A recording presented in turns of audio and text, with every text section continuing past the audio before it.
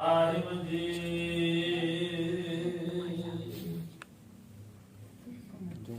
ਇੰਗਲ ਪਰਬਤ ਪਾਰ ਪਈ ਅਬ ਚਤੁਰ ਕੀਤਾ ਅੰਗਲੇ ਸਿਰ ਪਵਨ ਸੁਤਿਆ ਗੁਰ ਭੇਟ ਪੁਨੀਤਾ ਮਹਿਮਾ ਸਾਧੂ ਸੰਗ ਕੀ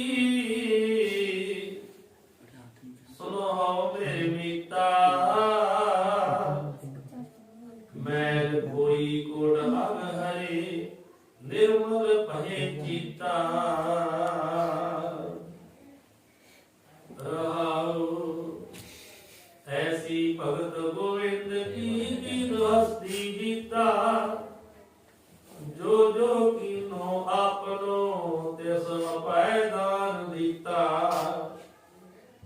सिंह बिलाई होए गयो तृण मेद चीता सम करते दम आड को ते गणित नीता कवन बढ़ाई कैस को बेअंत गुनीता कर कृपा मोहे नाम देव नानक दर्श रीता कर कृपा मोहे नाम देव नानक दर्श रीता। वाहिगुरु जी का खालसा वाहिगुरु जी की फतेह। परम सत्कार जो गुरु सवारी साध संगत जी बड़े भागा वाले हो जो रोजाना शाम ਨੂੰ ਸਤਿਗੁਰੂ ਸ੍ਰੀ ਗੁਰੂ ਗ੍ਰੰਥ ਸਾਹਿਬ ਜੀ ਮਹਾਰਾਜ ਤਿਨਾਂ ਦੇ ਦਰਬਾਰ ਅੰਦਰ ਸ੍ਰੀ ਮਾਨ ਸੰਤ ਬਾਬਾ ਗੁਰਬਖਸ਼ ਸਿੰਘ ਸਾਹਿਬ ਜੀ धार्मिक गुरमत संगीत अकैडमी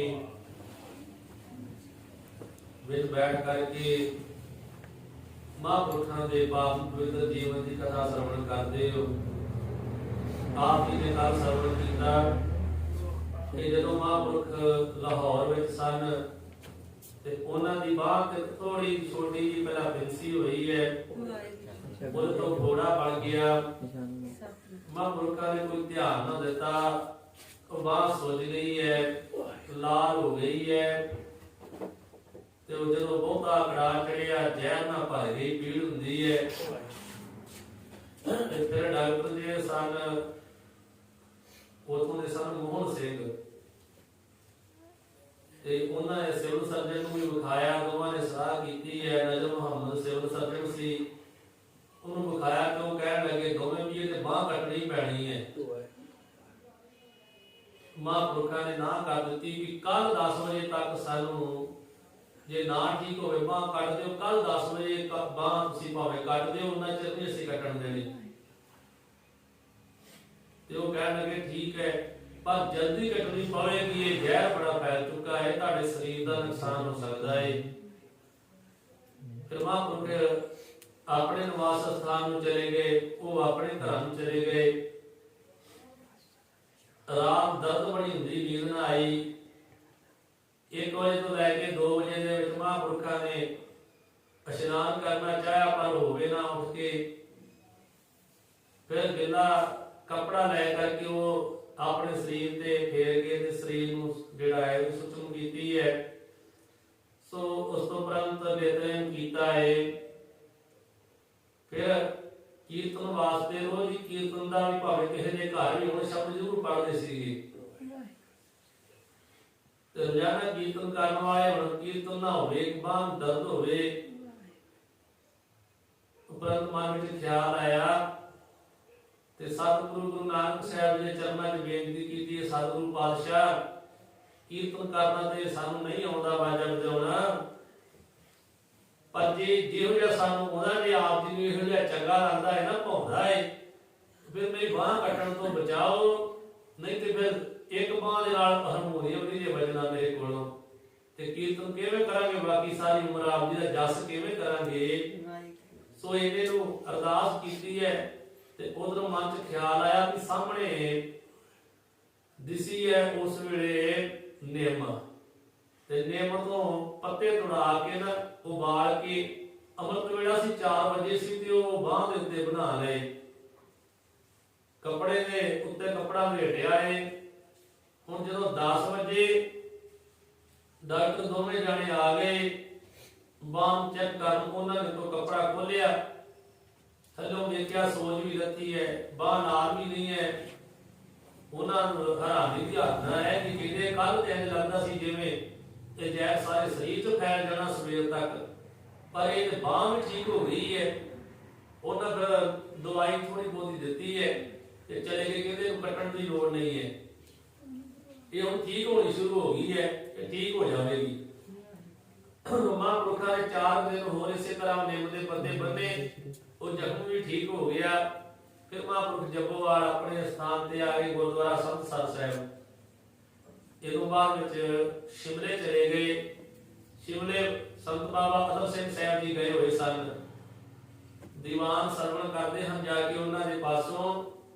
ਇੱਕ ਮਹਾਂਪੁਰਖਾਂ ਦੇ ਕੋਲ, ਕੱਲਿਆਂ ਦੇ ਕੋਲ, ਜਦੋਂ ਮਹਾਂਪੁਰਖ ਕੱਲੇ ਸੀ ਤੋਂ ਬਾਬਾ ਗੁਰਬਖਸ਼ ਸਿੰਘ ਸਾਹਿਬ ਜੀ ਗਏ ਤੇ ਜਾ ਕੇ ਫਤਿਹ ਵਜਾਈ ਹੈ ਤੇ ਬਾਬਾ ਜੀ ਕਹਿਣ ਲੱਗੇ, ਬਾਬਾ ਅਤਰ ਸਿੰਘ ਜੀ ਕਹਿੰਦੇ ਮਹਾਂਪੁਰਖ ਵੀ ਲੈਣਾ ਇੱਕ ਨਾ ਤੇ ਦੇਣੇ ਦੋ। ਬਾਬਾ ਗੁਰਬਖਸ਼ ਸਿੰਘ ਜੀ ਚੁੱਪ ਕਰਕੇ ਬੈਠੇ ਰਹੇ। ਫਿਰ ਪਿੱਛੋਂ ਪੁੱਛਦੇ, ਕਹਿੰਦੇ ਮਹਾਂਪੁਰਖ ਨੂੰ ਸਮਝ ਨਹੀਂ ਆਈ ਗੱਲ ਦੀ, ਜਿਹੜਾ ਤੁਸੀਂ ਬਚਨ ਕੀਤਾ ਇਹਦਾ ਸਮਝਾਓ ਵੀ ਅਰਥ ਕੀ ਹੈ, ਮੈਨੂੰ ਸਮਝ ਨਹੀਂ ਆਈ। ਤੇ ਮਹਾਂਪੁਰਖ ਕਹਿਣ ਲੱਗੇ, ਲੈਣਾ ਇੱਕ ਰੱਬ ਦਾ ਨਾਮ ਨਹੀਂ ਲੈਣਾ ਤੇ ਦੇਣੇ ਦੋ ਦਾ ਵਾਰ ਤੇ ਸਰਾਪ ਜਿਹੜੇ ਉਹ ਸਾਧੂ ਦੇਣ ਲੱਗ ਪੈਂਦੇ ਆ। ਜਦੋਂ ਸਾਧੂ ਇਹਨਾਂ ਗੱਲਾਂ ਤੇ ਆ ਜਾਵੇ ਨਾ ਤੇ ਫਿਰ ਉਹ ਨਕੁੱਟ ਜਾਂਦਾ ਹੈ, ਆਪਣੇ ਜਿਹੜੀ ਰੀਹ ਹੁੰਦੀ ਹੈ ਉਹ ਤੋਂ ਥੱਲੇ ਲੈ ਜਾਂਦਾ ਹੈ। ਸਾਧੂ ਦਾ ਕੰਮ ਹੈ ਬੰਦਗੀ ਕਰਨੀ, ਇੱਕ ਉਸ ਸੱਚੇ ਵਾਹਿਗੁਰੂ ਦਾ ਨਾਮ ਜਪਣਾ ਤੇ ਦੂਸਰਿਆਂ ਨੂੰ ਜਪਾਉਣਾ। ਤੇ ਅੱਜ ਕੱਲ ਕੀ ਤੁਰ ਪਿਆ ਹੈ ਵੀ ਉਹ ਕੰਮ ਕਰਦੇ ਨੇ ਤੇ ਬਾਹਰ ਸਰਾਪ ਦੇਣ ਲੱਗ ਪਏ ਹਨ। ਕੋਈ ਕਿਸੇ ਨੂੰ ਬਾਹਰ ਦਿੰਦਾ ਹੈ, ਕੋਈ ਕਿਸੇ ਨੂੰ ਸਰਾਪ ਦਿੰਦਾ ਹੈ। ਤੇ ਇਹੋ ਜਿਹੇ ਕੰਮਾਂ ਦੇ ਵਿੱਚ ਉਲਝਣਾ ਨਹੀਂ। ਬਾਬਾ ਗੁਰਬਖਸ਼ ਸਿੰਘ ਸਾਹਿਬ ਜੀ ਨੂੰ ਕਹਿੰਦੇ ਵੀ ਕੇਵਲ ਨਾਮ ਹੀ ਜਪਣਾ ਹੈ, ਕਿਸੇ ਨੂੰ ਬਾਹਰ ਸਰਾਪ ਨਹੀਂ ਦੇਣਾ। ਤੇ ਸੰਤ ਬਾਬਾ ਗੁਰਬਖਸ਼ ਸਿੰਘ ਸਾਹਿਬ ਜੀ ਸੁਣ ਕੇ ਨਾ ਮਹਾਂਪੁਰਖਾਂ ਦੇ ਕੋਲ ਤੇ ਮਗਨ ਹੋ ਗਏ ਆ। ਮਹਾਂਪੁਰਖ ਵੀ ਸਮਾਧੀ ਵਿੱਚ ਲੱਗ ਗਏ, ਨਾਮ ਜਪਣ ਲੱਗ ਪਏ, ਬਾਬਾ ਜੀ ਵੀ ਨਾਮ ਜਪਣ ਲੱਗ ਪਏ। ਇਹਦਾ ਆਪਸ ਵਿੱਚ ਬੜਾ ਪ੍ਰੇਮ ਸੀ ਮਹਾਂਪੁਰਖਾਂ ਦਾ, ਬਾਬਾ ਅਤਰ ਸਿੰਘ ਸਾਹਿਬ ਜੀ ਦਾ ਤੇ ਬਾਬਾ ਗੁਰਬਖਸ਼ ਸਿੰਘ ਸਾਹਿਬ ਜੀ ਦਾ। ਉਹਨਾਂ ਦਾ ਹਰ ਵਚਨ ਮੰਨਦੇ ਸੀਗੇ ਤੇ ਉਹ ਵਚਨ ਵੀ ਹਰ ਕੋਈ ਸਿੱਖਿਆ ਦਾ ਦਿੰਦੇ ਸੀਗੇ ਵੀ ਜਿਹੜੀ ਆਪ ਨੂੰ ਵੀ ਸਿੱਖਿਆ ਗਾਹ ਦੇਣੀ ਤੇ ਉਦੋਂ ਗਾਹ ਵੀ ਜਿਹੜੀ ਸਿੱਖਿਆ ਵੰਡੀ ਜਾਵੇ। ਇਹ ਪ੍ਰਸੰਗ ਆਪ ਜੀ ਨੇ ਕੱਲ ਸਰਵਣ ਕੀਤਾ। ਸੋ ਅਗਲਾ ਪ੍ਰਸੰਗ ਜਿਹੜਾ ਆਇਆ ਹੈ ਆਪ ਜੀ ਸਰਵਣ ਕਰੋ ਜੀ। ਮਹਾਂਪੁਰਖ ਸੰਤ ਬਾਬਾ ਅਤਰ ਸਿੰਘ ਸਾਹਿਬ ਜੀ ਉਹ ਜਦੋਂ ਸਤਿਗੁਰੂ ਸ੍ਰੀ ਗੁਰੂ ਗ੍ਰੰਥ ਸਾਹਿਬ ਜੀ ਮਹਾਰਾਜ ਦੇ ਸਨਮੁਖ ਆਉਂਦੇ ਸੀ ਨਾ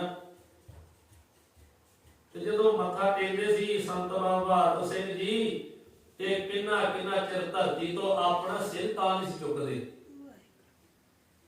ਕਿੰਨਾ ਚਿਰ ਆਪਣਾ ਮੱਥਾ ਥੱਲੇ ਲਾ ਕੇ ਸਤਿਗੁਰੂ ਸ੍ਰੀ ਗੁਰੂ ਗ੍ਰੰਥ ਸਾਹਿਬ ਜੀ ਦੇ ਸਾਹਮਣੇ ਤੇ ਮੱਥਾ ਤਾਂ ਹੀ ਨਾ ਕਰਨਾ, ਕਿੰਨਾ ਚਿਰ ਮੱਥਾ ਟੇਕੀ ਜਾਣਾ।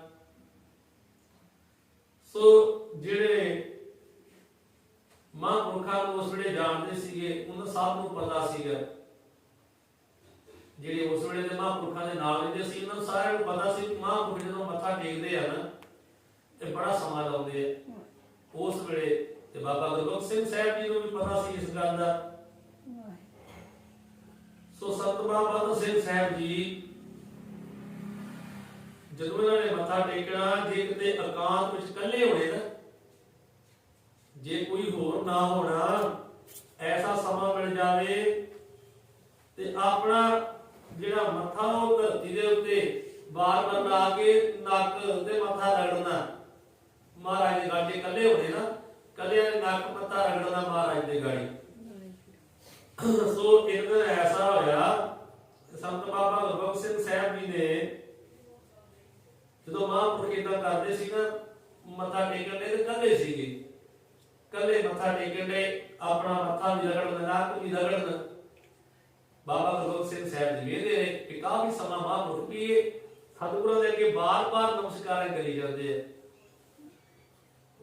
ਇੱਕ ਹੁੰਦੀ ਹੈ ਡੰਡੌਤ ਬੰਦਨ, ਡੰਡੇ ਵਾਂਗ ਸਿੱਧਿਆ ਲੰਮੇ ਪੈ ਕੇ ਮਹਾਰਾਜ ਜੀ ਨੂੰ ਮੱਥਾ ਟੇਕਣਾ, ਸਾਰਾ ਸਰੀਰ ਲਾ ਕੇ ਥੱਲੇ ਧਰਤੀ ਤੇ। ਇੱਕ ਹੁੰਦੀ ਹੈ ਸਟਾਂਗ 8 ਅੰਗ ਲਾ ਕੇ, ਇੱਕ ਮੱਥਾ ਇੱਕ ਨੱਕ ਤੇ 2 ਹੱਥ ਲਾਉਣੇ ਧਰਤੀ ਤੇ, 2 ਗੋਡੇ ਲੱਗਦੇ ਆ ਤੇ 2 ਆਪਣੇ ਪੈਰਾਂ ਦੇ ਪੰਜੇ ਲੱਗਦੇ ਨਾਲ। ਇਹ ਹੋ ਗਏ 8। 2 ਪੈਰ ਲੱਗਦੇ ਆ, 2 ਲਾਗੇ ਧਰਤੀ ਤੇ ਗੋਡੇ, 4 ਹੋ ਗਏ। 2 ਹੱਥ ਤੇ ਹੱਥ ਐ ਨੂੰ ਸਿੱਧੇ ਲਾਉਣੇ, ਕਈ ਐ ਨੂੰ ਕਰਦੇ ਮੁਸਲਮਾਨਾਂ ਵਾਂਗ, ਇਦਾਂ ਨਹੀਂ ਕਰਨਾ, ਐਸ ਨੂੰ ਹੱਥ ਕਰਨੇ ਆ। 6 ਹੋ ਗਏ। ਇੱਕ ਨੱਕ ਲੱਗਣਾ ਚਾਹੀਦਾ ਥੱਲੇ ਤੇ ਇੱਕ ਮੱਥਾ। 8 ਅੰਗ ਲਾ ਕੇ ਸਤਿਗੁਰਾਂ ਨੂੰ ਮੱਥਾ ਟੇਕਣਾ, ਥੱਲੇ ਗਜਾਉਣੀ। ਹੱਥ ਦੇ ਉੱਤੇ ਵੀ ਲਕੀਰਾਂ ਨੇ, ਮੱਥੇ ਦੇ ਉੱਤੇ ਵੀ ਲੇਖ ਨੇ। ਹੋ ਸਕਦਾ ਕਿਸੇ ਰੱਬ ਦੇ ਰੰਗੇ ਹੋਏ ਪ੍ਰੇਮੀ ਦੇ ਉਹਦੇ ਚਰਨ ਲੱਗੇ ਹੋਣ ਤੇ ਉਹਦੇ ਉੱਤੇ ਲੱਗ ਕੇ ਆਪਣੇ ਲੇਖ ਹੀ ਜਿਹੜੇ ਆ ਉਹ ਬਦਲ ਜਾਣ, ਚੰਗੇ ਬਣ ਜਾਣ। ਤੇ ਸਤਿਗੁਰਾਂ ਦੇ ਅੱਗੇ ਵੀ ਜਦੋਂ ਆਪਾਂ ਆਪਣਾ ਮੱਥਾ ਲਾਉਣਾ, ਮੱਥਾ ਟੇਕਣਾ, ਥੱਲੇ ਧਰਤੀ ਤੇ ਲਾਉਣਾ, ਉਹ ਲੇਖ ਮੱਥੇ ਤੇ ਵੀ ਆ। ਹੱਥ ਵੀ ਐਸ ਨੂੰ ਰੱਖਣੇ ਆ ਕਿਉਂਕਿ ਹੱਥਾਂ ਦੇ ਉੱਤੇ ਲਕੀਰਾਂ ਨੇ। ਸੱਚੇ ਪਾਤਸ਼ਾਹ ਨੂੰ ਚੰਗੇ ਲੇਖ ਬਣਾ ਦੇਵੇ, ਤੇ ਮਹਾਂਪੁਰਖਾਂ ਦਾ ਇਹੀ ਕਹਿਣਾ ਹੈ। ਬਾਕੀ ਹੋਰ ਗਾਂ ਹੁੰਦਿਆਂ ਨੇ ਜਿਹੜੇ ਨਵੇਂ ਨਵੇਂ ਪ੍ਰਚਾਰਕ, ਉਹਨਾਂ ਨੇ ਆਪੋ ਆਪਣੇ ਗਾੜੀ ਸਾਰਿਆਂ ਨੇ ਸੁਭਾਅ ਦੇ ਅਨੁਸਾਰ ਅਰਥ ਬਣਾਏ ਆ।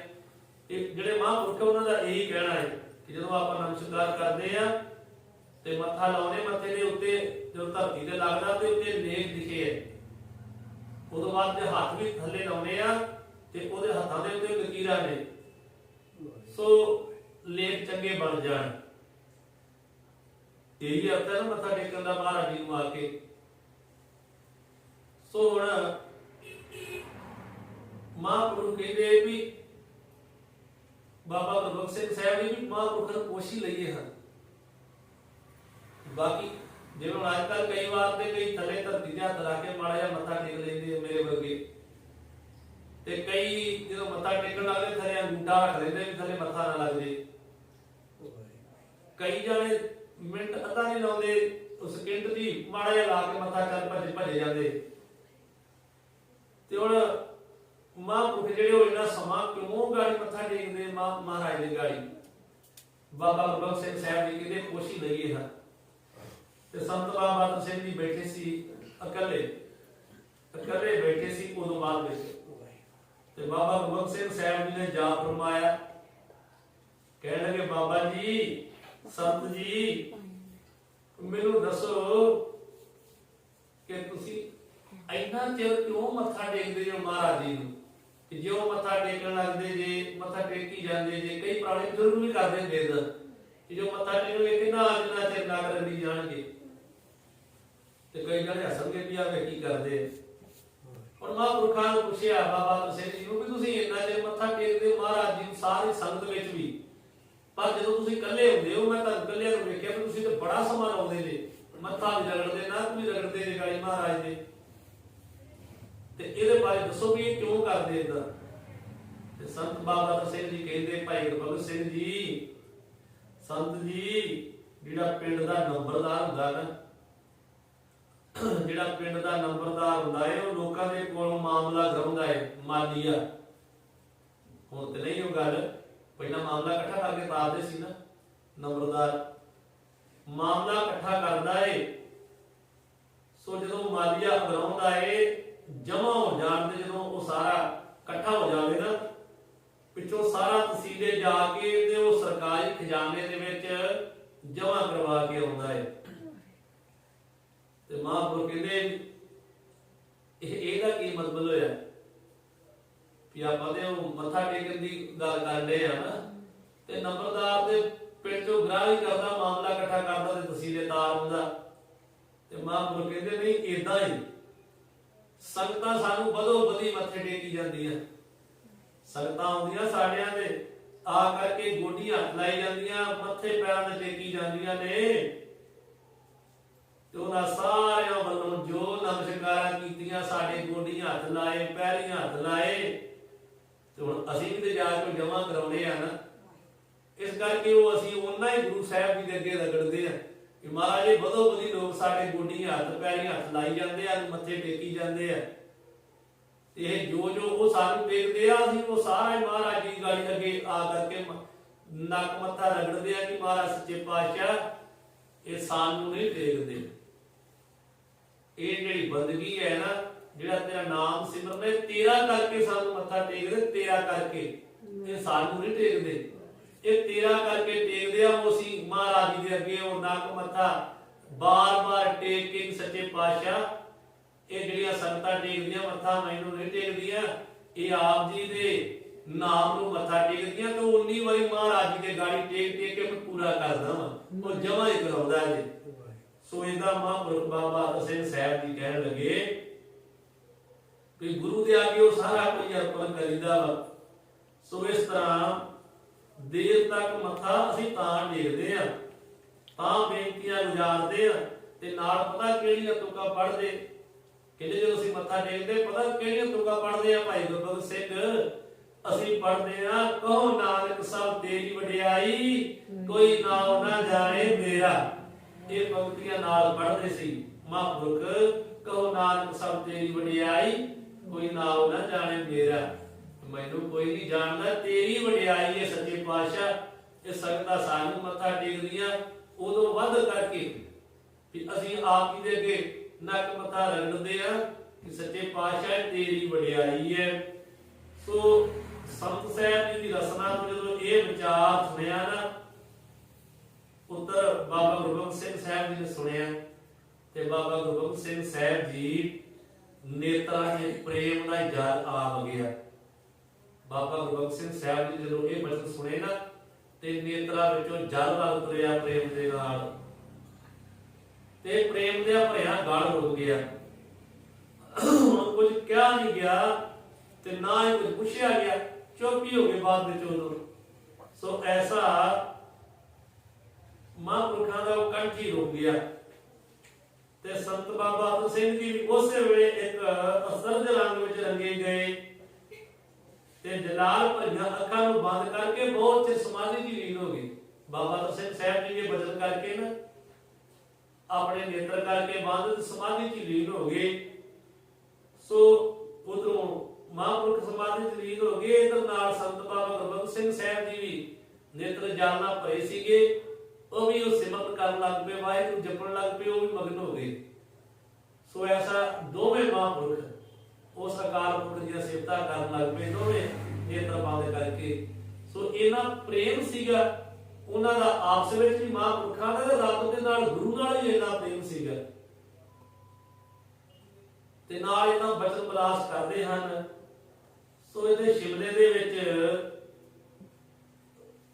ਸੰਤ ਬਾਬਾ ਅਤਰ ਸਿੰਘ ਜਿਹੜੇ ਸੀ ਨਾ, ਇਹਨਾਂ ਦਾ ਨਿਵਾਸ ਜਿਹੜਾ ਸੀ ਉਹ ਨਾਭਾ ਹਾਊਸ ਦਾ ਇੱਕ ਹੋਸਟਲ ਸੀ, ਉਹਦੇ ਵਿੱਚ ਸੀਗਾ। ਇਹ ਸਾਰਾ ਹੋਸਟਲ ਮਹਾਂਪੁਰਖਾਂ ਦੇ ਜਥੇ ਸਮੇਤ ਹੀ ਸਾਰਾ ਉੱਥੇ ਨਿਵਾਸ ਕਰਦਾ ਸੀ। ਉਸ ਹੋਸਟਲ ਦੇ ਵਿੱਚ ਉਹ ਰਿਜ਼ਰਵ ਕਰ ਲੈਂਦੇ ਸੀ, ਉਹਨੂੰ ਬੁੱਕ ਕਰਾ ਲੈਂਦੇ ਸੀਗੇ। ਉਧਰ ਦੇ ਜਿਹੜੇ ਲੋਕ ਸੀ ਨਾ ਉੱਥੇ ਰਹਿਣ ਵਾਲੇ, ਨਾਭਾ ਹਾਊਸ ਦਾ ਜਿਹੜਾ ਹੋਟਲ ਸੀਗਾ, ਉਹ ਹੋਸਟਲ ਨੂੰ ਜਦੋਂ ਬਾਬਾ ਅਤਰ ਸਿੰਘ ਜੀ ਜਾਂਦੇ ਤੇ ਉਹਨੂੰ ਬੁੱਕ ਕਰਵਾ ਦਿੰਦੇ ਸੀਗੇ ਵੀ ਇਹਦੇ ਵਿੱਚ, ਇਹ ਹੋਸਟਲ ਦੇ ਵਿੱਚ ਮਹਾਂਪੁਰਖੀ ਰਹਿਣਗੇ ਤੇ ਇਹਨਾਂ ਦਾ ਸਾਰਾ ਜਥਾ ਰਹੇਗਾ। ਸੋ ਗਰਮੀਆਂ ਇਹਨਾਂ ਉੱਥੇ ਬਤੀਤ ਹੁੰਦੀਆਂ। ਇੱਥੇ ਜਦੋਂ ਸੋ ਮਹਾਂਪੁਰਖ ਵਿਦਿਆ ਹੋਣ ਲੱਗੇ ਨਾ, ਜਦੋਂ ਸਮਾਪਤੀ ਸਮਾਂ ਲੰਘ ਗਿਆ, ਵੀ ਗਰਮੀਆਂ ਲੰਘ ਗਈਆਂ, ਮਹਾਂਪੁਰਖਾਂ ਦੇ ਸ਼ਿਮਲੇ ਤੋਂ ਆਉਣਾ ਸੀਗਾ, ਉਸ ਵੇਲੇ ਸੰਗਤਾਂ ਜਿਹੜੀਆਂ ਉਧਰ ਦੀਆਂ ਉਹ ਵਹੀਰਾਂ ਪਾ ਕੇ ਦਰਸ਼ਨ ਕਰਨ ਵਾਸਤੇ ਆਈਆਂ, ਪ੍ਰੇਮ ਦੇ ਵਿੱਚ ਮਹਿਫਲ ਹੋਈਆਂ।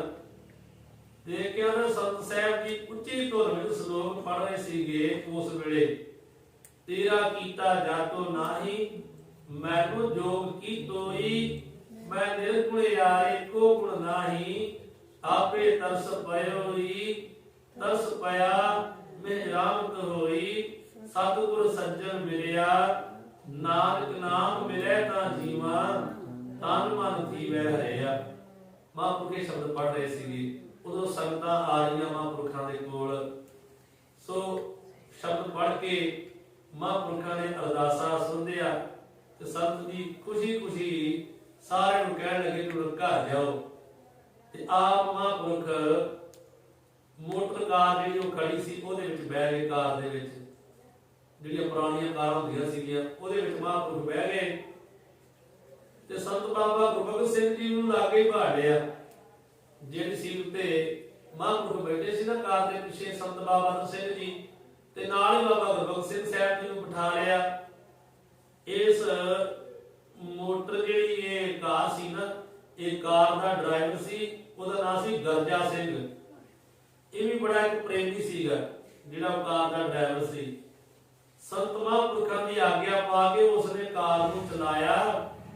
ਜਦੋਂ ਸ਼ਿਮਲਿਓਂ ਤੁਰੇ ਨਾ, ਉਹ ਰਸਤੇ 'ਚ ਇੱਕ ਸੁਰੰਗ ਆਉਂਦੀ ਹੈ, ਸ਼ਿਮਲਿਓਂ ਬਾਹਰ ਸੁਰੰਗ ਆਉਂਦੀ ਹੈ ਤੇ ਸੁਰੰਗ ਦੇ ਨੇੜੇ ਜਾ ਕੇ ਸੰਤ ਜੀ ਨੇ ਉਹ ਕਾਰ ਵਾਲੇ ਦੀ ਕਾਰ ਖੜੀ ਕਰਾ ਕੇ ਕਹਿੰਦੇ ਕਾਰ ਰੋਕ ਦੇ।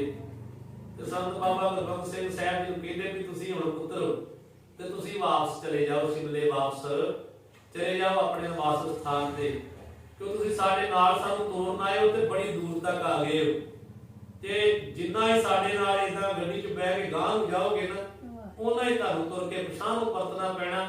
ਇਸ ਕਰਕੇ ਤੁਸੀਂ ਇੱਥੋਂ ਪਿਛਾਂਹ ਚਲੇ ਜਾਓ, ਨਹੀਂ ਤੇ ਤੋਂ ਹੋਰ ਤੁਹਾਨੂੰ ਖੇਚਲ ਕਰਨੀ ਪਵੇਗੀ ਕਿ ਸਾਡੀ ਗੱਡੀ ਵਿੱਚ ਤੁਸੀਂ ਨਾਲ ਤੁਰੇ ਜਾਣਾ, ਬੈਠੇ ਜਾਣਾ, ਪਰ ਗਾੜੀ ਨੂੰ ਤੁਹਾਨੂੰ ਵਾਪਸ ਤੁਰ ਕੇ ਪਿਛਾਂਹ ਆਉਣਾ ਪੈਣਾ ਕੱਲਿਆਂ ਨੂੰ। ਇਸ ਕਰਕੇ ਤੁਸੀਂ ਇੱਥੋਂ ਹੁਣ ਉੱਤਰ ਜਾਓ, ਪਿੱਛੇ ਚਲੇ ਜਾਓ। ਸੋ ਜਦੋਂ ਮਹਾਂਪੁਰਖ ਸੰਤ ਬਾਬਾ ਬੰਦ ਸਿੰਘ ਜੀ ਕਿਤੇ ਜਾਓ ਤੇ ਸੰਤ ਬਾਬਾ ਗੁਰਬਖਸ਼ ਸਿੰਘ ਜੀ ਦਾ ਜੀ ਨਹੀਂ ਕਰਦਾ ਪਿਛਾਂਹ ਜਾਣ ਨੂੰ, ਜੀ ਕਰਦਾ ਕਿ ਉਹਦੇ ਨਾਲ ਹੀ ਚਲੇ ਜਾਈਏ।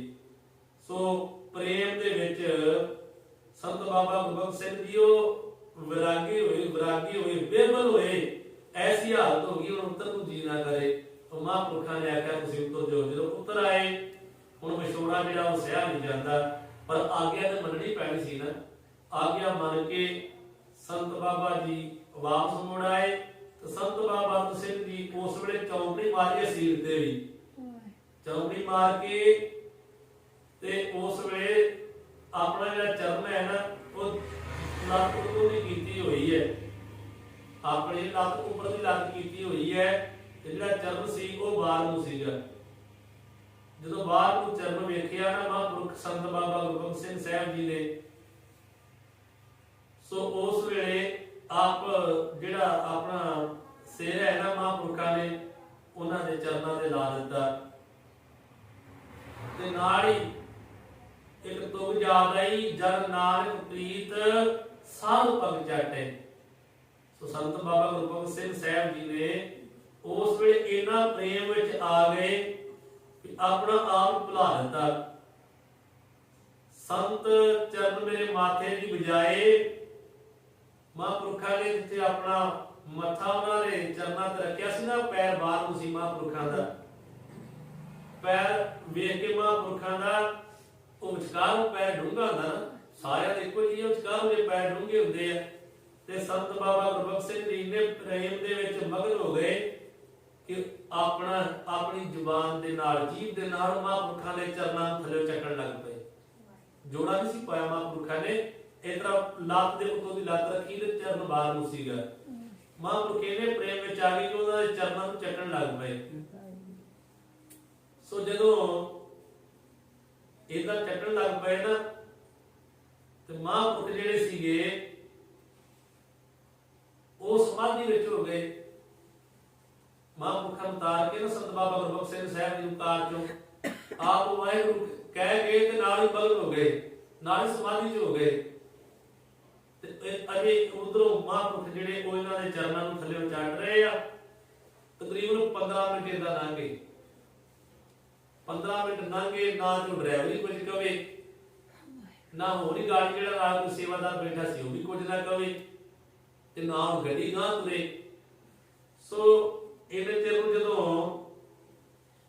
ਇਹਨਾਂ ਸਮਾਂ ਲੰਘ ਗਿਆ ਤੇ ਮਹਾਂਪੁਰਖਾਂ ਜਿਹੜੇ ਬਾਬਾ ਬੰਦ ਸਿੰਘ ਸੀ ਉਹ ਸਮਾਧੀ ਤੋਂ ਜਦੋਂ 15 ਮਿੰਟਾਂ ਬਾਅਦ ਉਹਨਾਂ ਨੇ ਵੇਖਿਆ ਤੇ ਉਹਨਾਂ ਨੇ ਪੜ ਕੇ ਹਟਾਇਆ, ਕਹਿਣ ਲੱਗੇ ਇਦਾਂ ਨਾ ਕਰੋ। ਸੋ ਮਹਾਂਪੁਰਖਾਂ ਨੇ ਹਟਾ ਦਿੱਤਾ।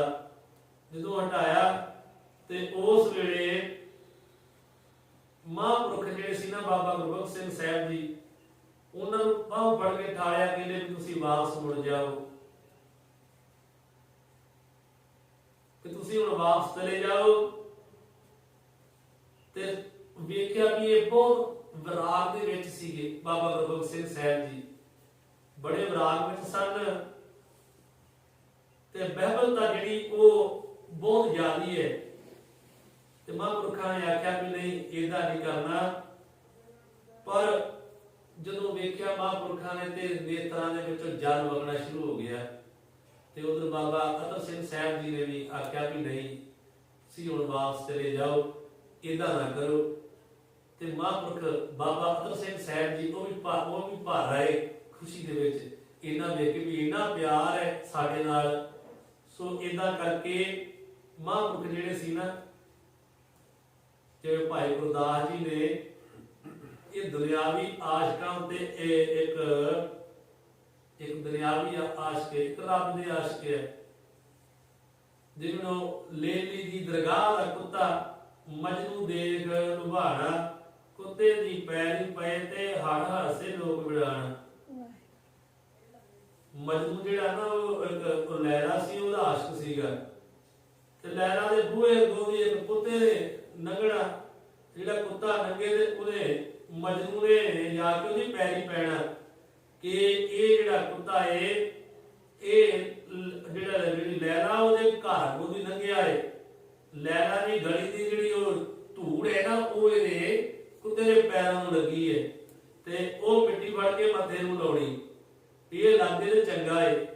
ਤਾਂ ਗੁਰੂ ਗੋਬਿੰਦ ਸਿੰਘ ਸਾਹਿਬ ਜੀ ਨੇ ਸੱਚੇ ਆਸ਼ਕ, ਜਿਹੜੇ ਗੁਰੂ ਗੋਬਿੰਦ ਸਿੰਘ ਮਹਾਰਾਜ ਨਾ ਉਹਦੇ ਸੱਚੇ ਆਸ਼ਕ ਸੀ ਸੰਤ ਬਾਬਾ ਅਤਰ ਸਿੰਘ ਸਾਹਿਬ ਜੀ। ਮਹਾਂਪੁਰਖ ਸੰਤ ਬਾਬਾ ਅਤਰ ਸਿੰਘ ਜੀ ਸੱਚੇ ਆਸ਼ਕ ਸਨ ਰੱਬ ਦੇ, ਉਹਦੇ ਸੱਚੇ ਪ੍ਰੇਮੀ ਸਨ।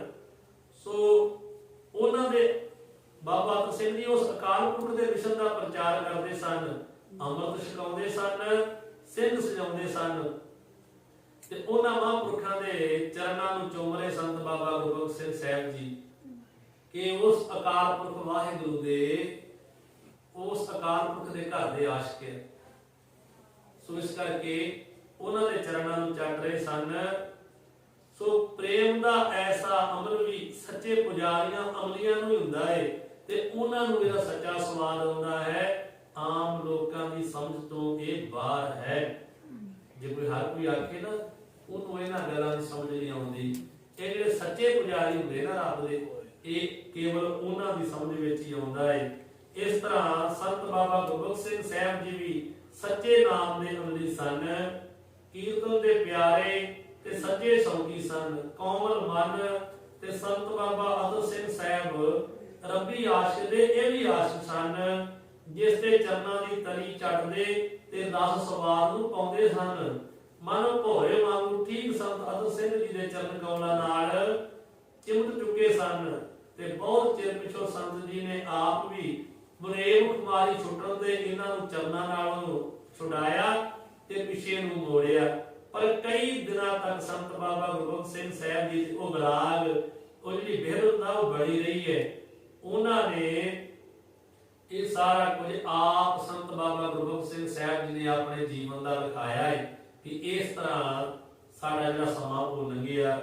ਸੋ ਸੰਤ ਬਾਬਾ ਅਤਰ ਸਿੰਘ ਸਾਹਿਬ ਜੀ ਸ਼ਿਮਲੇ ਤੋਂ ਜਦੋਂ ਆ ਗਏ ਤੇ ਸੰਤ ਬਾਬਾ ਗੁਰਬਖਸ਼ ਸਿੰਘ ਸਾਹਿਬ ਜੀ ਥੋੜੇ ਦਿਨ ਬਾਅਦ ਉੱਥੇ ਰਹੇ ਤੇ ਉਤੋਂ ਵਾਪਸ ਫਿਰ ਜੰਬੋਵਾਲ ਨਗਰ ਦੇ ਵਿੱਚ ਆ ਗਏ ਸ਼ਿਮਲੇ ਤੋਂ। ਜਦੋਂ ਬਾਬਾ ਗੁਰਬਖਸ਼ ਸਿੰਘ ਸਾਹਿਬ ਜੀ ਆ ਗਏ ਨਾ ਬਾਬਾ ਅਤਰ ਸਿੰਘ ਜੀ, ਤੇ ਬਾਬਾ ਗੁਰਬਖਸ਼ ਸਿੰਘ ਸਾਹਿਬ ਜੀ ਵੀ ਥੋੜੇ ਦਿਨਾਂ ਬਾਅਦ ਹੀ ਇੱਥੇ ਵਾਪਸ ਆ ਗਏ।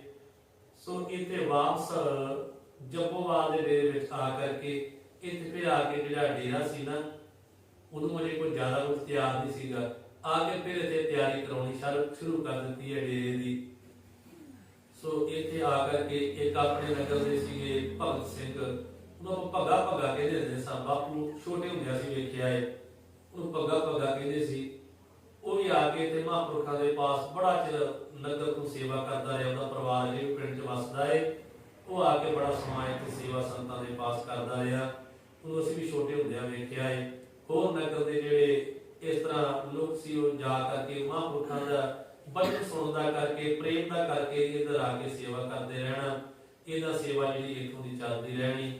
ਸੋ ਇੱਥੋਂ ਤੱਕ ਦਾ ਪ੍ਰਸੰਗ ਹੀ ਆਪਦੇ ਜਦ ਸਰਵਣ ਕੀਤਾ ਹੈ। ਅਗਲਾ ਪ੍ਰਸੰਗ ਆਪ ਜੀ ਕੱਲ੍ਹ ਨੂੰ ਸਰਵਣ ਕਰੋਗੇ।